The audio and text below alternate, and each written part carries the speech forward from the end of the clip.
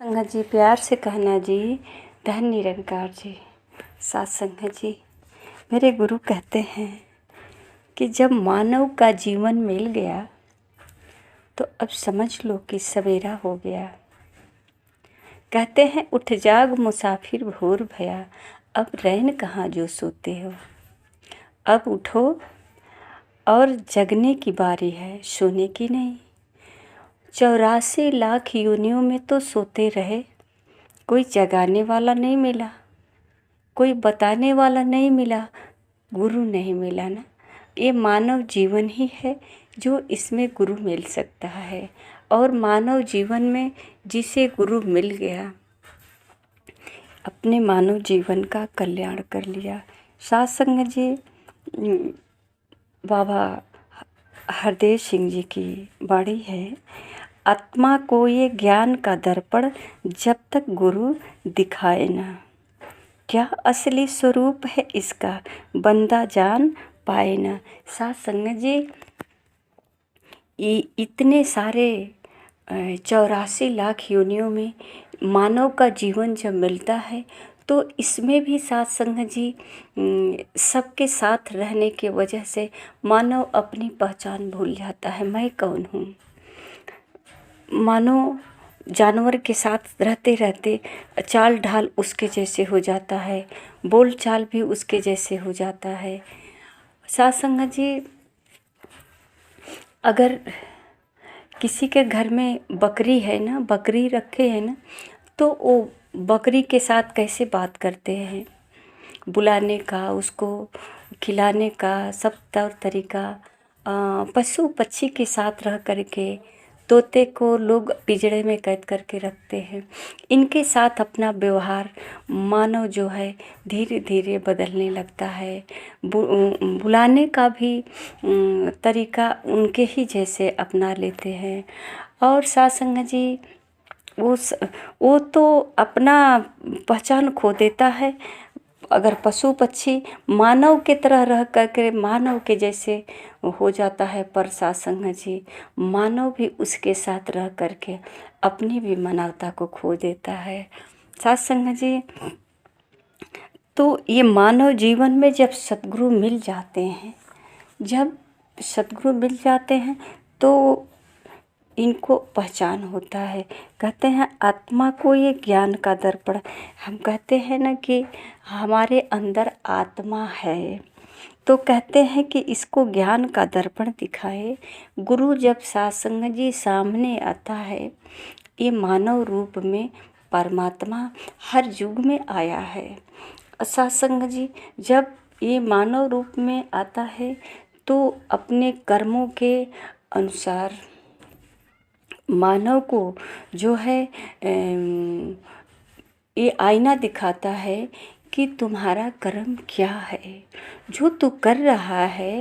ये कर्म तुम्हारा जो है मानव वाली नहीं है, इसमें जो कमी है उस कमी को पूरा करने के लिए साथ संगत जी सतगुरु जो है कर्म करके, यानी कि आईने के भांति दिखाता है कि मानव का ये कर्म, ये धर्म है।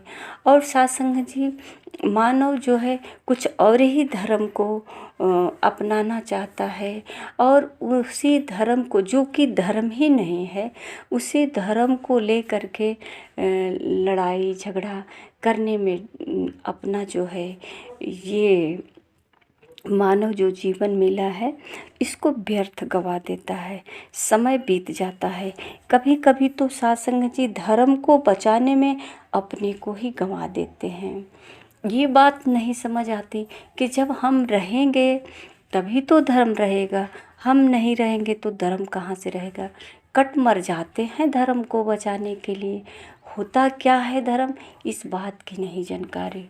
तो साथ संगत जी कहते हैं क्या असली स्वरूप है इसका बंदा जान पाए ना, जानेगा भी कैसे जानेगा। जिस तरह साथ संगत जी एक माँ ही बता सकती है कि तू बेटा किसका है, उसी प्रकार ये सद्गुरु ही है, ये सद्गुरु है जो बता सकता है कि तू कौन है। तू आत्मा, तुम्हारा स्वरूप क्या है, असली तेरा पहचान क्या है। तो साथ संगत जी, जिसके जीवन में सद्गुरु मिल जाता है तो कहते हैं कि उठ जाग, अब जागने की बारी है। ये जो मानव जीवन मिला है, इन सांसों को व्यर्थ न गवा, अपनी लक्ष्य को प्राप्त कर ले। यदि कोई इंसान जगत में दर्पण से अनजान है, कभी नहीं कर सकता अपनी सूरत की पहचान है। साथ संगत जी, जिसके जीवन में सद्गुरु नहीं है, आज देखिए उनकी हालत कैसी है। जो अपनी माँ को नहीं पहचान पाते, अपनी बहन को नहीं पहचान पाते, क्योंकि इनको कोई बताने वाला नहीं है, गुरु नहीं है कि बताए कि तुम कौन हो, तुम कर क्या रहे हो, तुम धर्म के लिए, भक्ति के लिए इतना अकड़ रहे हो और तुम धर्म और भक्ति दोनों ही छोड़ रहे हो, बहुत दूर चले जा रहे हो। धर्म को खोजते खोजते, भक्ति को खोजते खोजते इससे काफ़ी दूर, क्योंकि भक्ति खोजा नहीं जा सकता है। जब तक जानोगे नहीं तो भक्ति करोगे कैसे। और धर्म क्या है, कैसे पता कि मेरा धर्म क्या है। साथ संगत जी, बहुत से लोग कहते हैं कि निरंकारी मिशन में एक धर्म है, ये लोग अलग धर्म को अपनाते हैं। नहीं साथ संगत जी, निरंकारी मिशन वाले कोई अलग धर्म नहीं अपनाते हैं, बल्कि धर्म क्या है निरंकारी मिशन में ये बताया जाता है कि आप अपने पहले धर्म की पहचान तो करिए, आप कौन है इसको तो जानिए, धर्म है कि नहीं है। तो साथ संगत जी, जो लोग कहते हैं कि ये निरंकारी मिशन एक अलग धर्म है, साथ संगत जी वही लोग गाते हैं, क्योंकि चौपाइयाँ बहुत पुरानी शास्त्रों से याद कर लिए हैं कि दया धर्म का मूल है, पाप मूल अभिमान, तुलसी दया न छोड़िए जब लग घट में प्राण। तो साथ संगत जी, यह बात क्यों लिखी है, दया धर्म का मूल है, ये तो धर्म का मूल दया है, पर हम तो धर्म को बचाने के लिए अपने पास दया ही नहीं बचा, दया नाम की कोई चीज़ है ये तो पता ही नहीं है। अगर पता होता तो सब लोग जो है धर्म को न पाने के लिए बल्कि दया को ही प्राप्त करते, कि हमारे अंदर दया करुणा आ जाए, सहनशीलता आ जाए, क्योंकि यही धर्म की मूल है। तो मूल को छोड़ रहे हैं ना, मूल को छोड़ करके फिर धर्म क्या है पकड़ने जा रहे हैं। कहते हैं साथ संगत जी कि जो इंसान अगर जन्म से ले करके जवानी तक या बुढ़ापे तक अगर शीशा में अपना चेहरा न देखे, तो अगर उसके ही चेहरा का तस्वीर उसके सामने रखा जाए तो नहीं पहचान पाएगा कि ये कौन है, क्योंकि अपनी चेहरा को तो कभी देखा ही नहीं। उसी प्रकार साथ संगत जी, जो इंसान के जीवन में गुरु, तत्वदर्शी गुरु नहीं मिला, जो आत्म तत्व का बोध नहीं कराया, पहचान स्वयं का बोध नहीं कराया, तो अपने से अनजान है कि मैं कौन हूँ। तो वो भाग भाग कर दौड़ रहा है, भक्ति कहाँ जाकर करे, कहाँ से अपने धर्मों को ढूंढ कर लाए, कौन अपना है कौन पराया है। इन सारी जो है उलझनों में अपने आप को और फंसाता जा रहा है। साथ संगत जी, वो बचने की तलाश कर रहा है और जकड़ता जा रहा है। साथ संगत जी, यह कारण ये है कि केवल रटने तक सीमित है, क्योंकि जानकारी तो है नहीं। एक महापुरुष उदाहरण देते हैं कि एक बहेलिया जंगल में गया शिकार करने, तो वहाँ जो है कबूतरों को कुछ लोगों ने बताए थे, रटाए थे उसको कि देखो तुम लोग को जो है बहेलिया आएगा, जाल बिछाएगा, दाना डालेगा, दाना नहीं चुगना नहीं तो फंस जाओगे। और ये बात कबूतर रटने लगे कि सुनो, बहेलिया आएगा, जाल बिछाएगा, दाना डालेगा, दाल चुगेंगे तो फंस जाएंगे। सुनो, बहेलिया आएगा, जाल बिछाएगा, दाना डालेगा, दाना चुगेंगे तो फंस जाएंगे। ये सब जो है रटने लगे। बहेलिया आया, देखा कि कबूतर तो बहुत होशियार हो गए, अब तो ये लगता है फंसेगी नहीं। तो सासंग जी वापस जाने लगा। फिर थोड़ी देर में उसके मन में ऐसा विचार आया कि जब आ गए हैं जंगल तो क्यों ना एक बार प्रयास कर लेते हैं, जाल बिछा देते हैं, दाना डाल देते हैं, देखते हैं। तो बहेलिया ने जो है जाल बिछा दिया, दाना भी डाल दिया। अब कबूतर आकर अपना काम करने लगे, दाना चुगने लगे और दाना चुगने लगे। वो बहेलिया जो है जाल में बटोरा और अपने कंधे पे रखा, घर चल दिया। और उस जाल में फंसे हुए कबूतर बहेलिया के घर भी जा रहे हैं और ये रटते भी जा रहे हैं कि बहेलिया आएगा, जाल बिछाएगा, दाना डालेगा, दाना चुंगे फंस जाएंगे। फंसा हुआ है। यही हालत आज संसार में मानव की है सासंग जी, कि कहते हैं कि मैं बहुत होशियार हूँ, पढ़ा लिखा हूँ, मुझे बहुत समझ है, मैं बड़ा आदमी हूँ, पैसे वाला हूँ, अमीर हूँ। पर सासंग जी इससे क्या होने वाला है? तू कौन है ये तो नहीं पहचान कर पाया ना। ये संसार में जो है पढ़ाई लिखाई करके कुछ ऐसा पद प्रतिष्ठा पा लिया, इसी को याद रखे हो कि मैं तो ये सब कर लिया और मैं एक इंजीनियर हूँ, डॉक्टर हूँ, एक वैज्ञानिक हूँ, कलाकार हूँ, गीतकार हूँ या डांसर हूँ, जो भी हूँ मैं हूँ। तो सासंग जी इसी को अपने को मान बैठा कि मैं एक डांसर हूँ। ये तो भूल ही गया कि मैं मानव हूँ। डांसर कब बना? पहले तू मानव था ना, मानव था और तुम छोटा सा था तब से, और आज से तुम इससे पहले क्या किया, कैसा था, कौन तुम्हारा लालन पालन किया, कैसे बड़ा हुआ, क्या क्या तुम्हें संस्कार मिला, पढ़ाई लिखाई कैसे हुआ। डॉक्टर तो बाद में बना, डांसर तो बाद में बना ना, इससे पहले क्या था? तो सासंग जी ये जो है निरंकारी मिशन में यही तो पहचान कराया जाता है। कुछ भी बनो मुबारक हो, पर पहले इंसान बनो। इंसान का ये जो जामा पहने हो, जैसे सासंग जी एक साधारण व्यक्ति अगर डॉक्टर का यूनिफॉर्म पहन करके गले में आला लगा ले तो डॉक्टर तो नहीं बन पाएगा, क्योंकि डॉक्टर वाले गुण तो उसके अंदर है नहीं। वो तो किसी को दवा नहीं दे सकता, किसी का ट्रीटमेंट नहीं कर सकता, सीजर नहीं कर सकता, तो फिर यूनिफॉर्म पहनने से तो डॉक्टर नहीं बन सकता।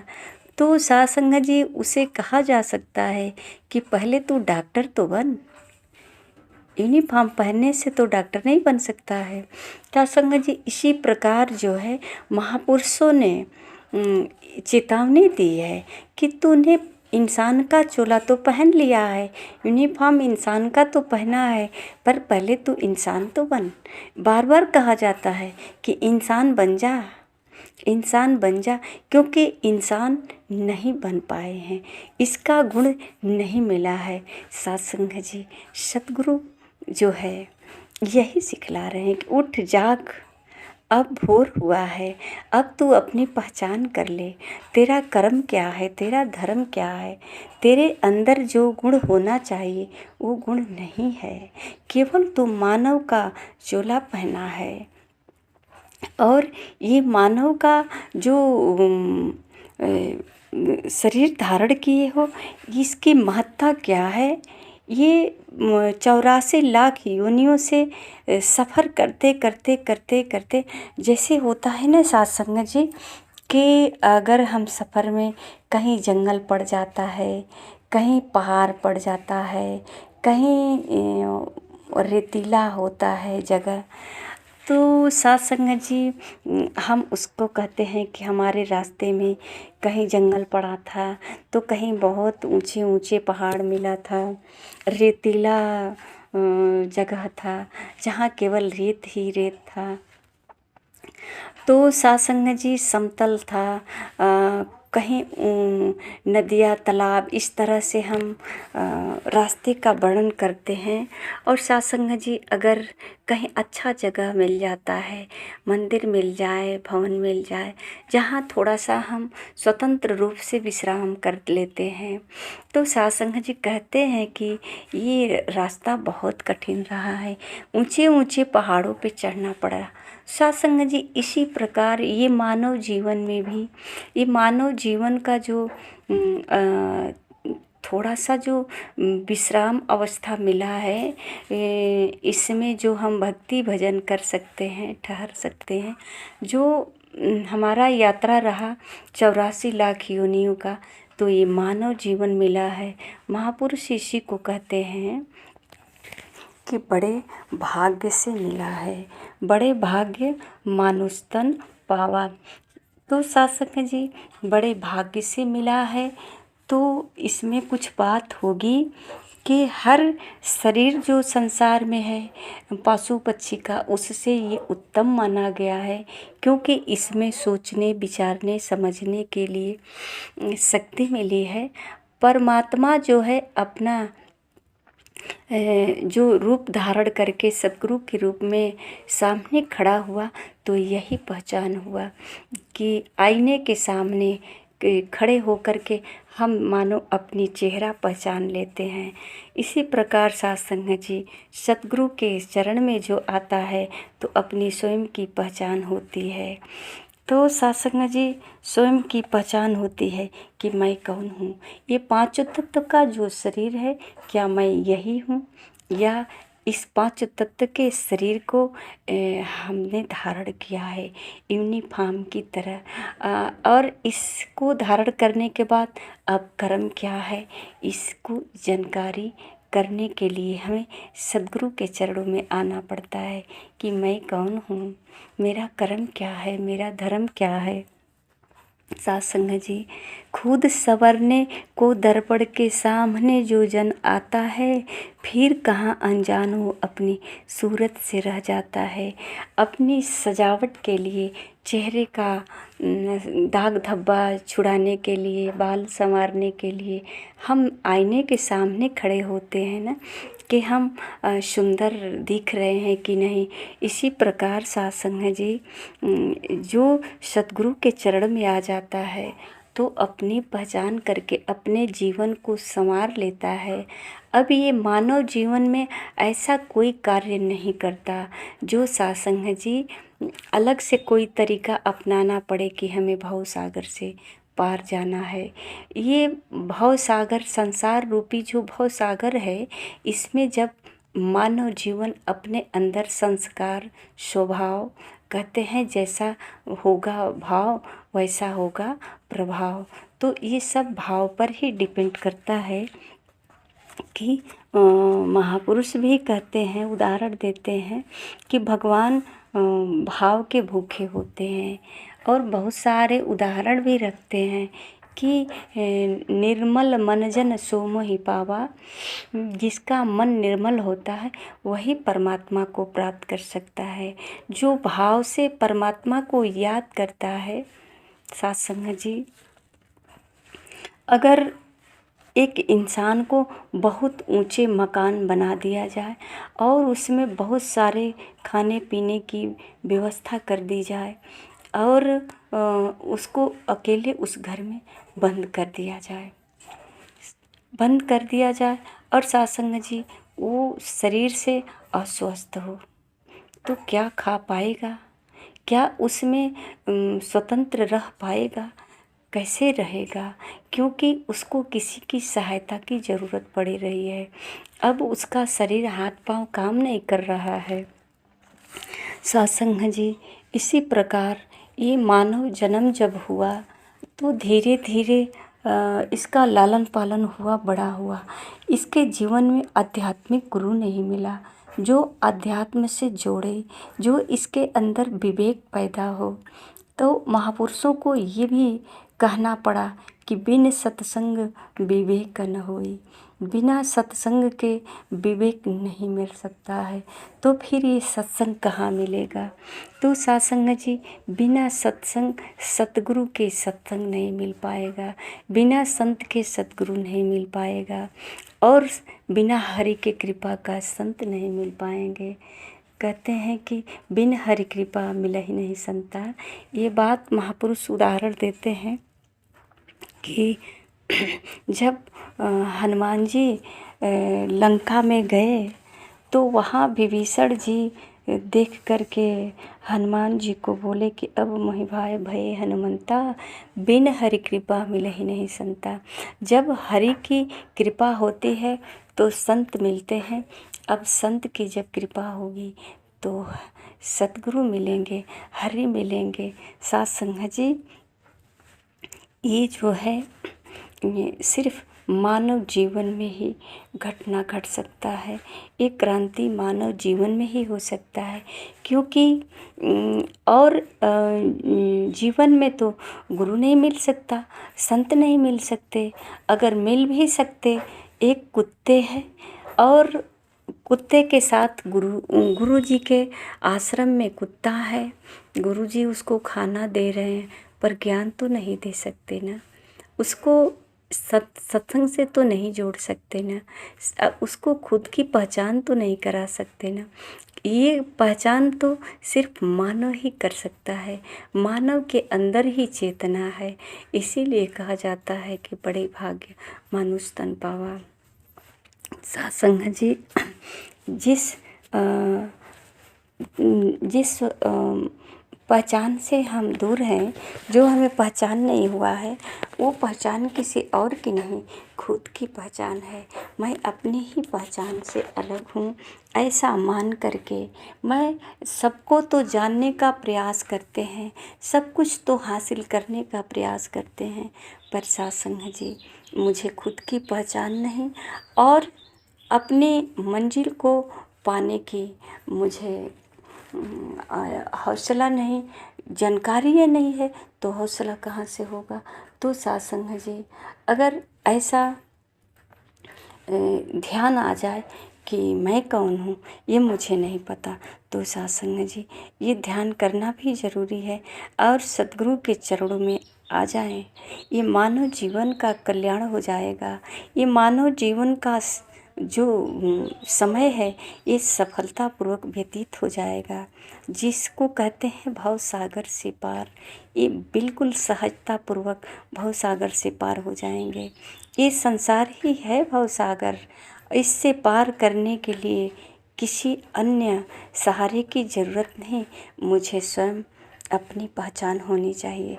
सासंग जी, अगर भगवान राम मानव शरीर में इतना कुछ कर सकते हैं तो इनके अंदर कौन सी शक्ति है, ये अध्यात्म शक्ति, इनके गुरु के द्वारा इनकी जो स्वयं की पहचान है। और सासंग जी, ये जो एनर्जी है अध्यात्म अपने गुरु से जोड़ करके, ये आज जो है इतिहास को हम दोहरा रहे हैं कि भगवान राम, भगवान कृष्ण गुरु के पास आए तो गुरु के आज्ञा का पालन करके इतना सारा कार्य किया संसार में मानव कल्याण के लिए। तो क्या सासंग जी, हम अपने कल्याण के लिए नहीं कर सकते? हम अपने परिवार का कल्याण नहीं कर सकते? क्या हमारे अंदर एनर्जी नहीं है? इस एनर्जी को हम कहाँ खर्च कर रहे हैं? ये व्यर्थ चला जा रहा है, समय भी और मानव जीवन भी। तो आइए सासंग जी, सतगुरु के चरणों में आकर के अपना लोक सुखी और परलोक सुहेला कर लें। सासंग जी, प्यार से कहना जी, धन्य निरंकार जी।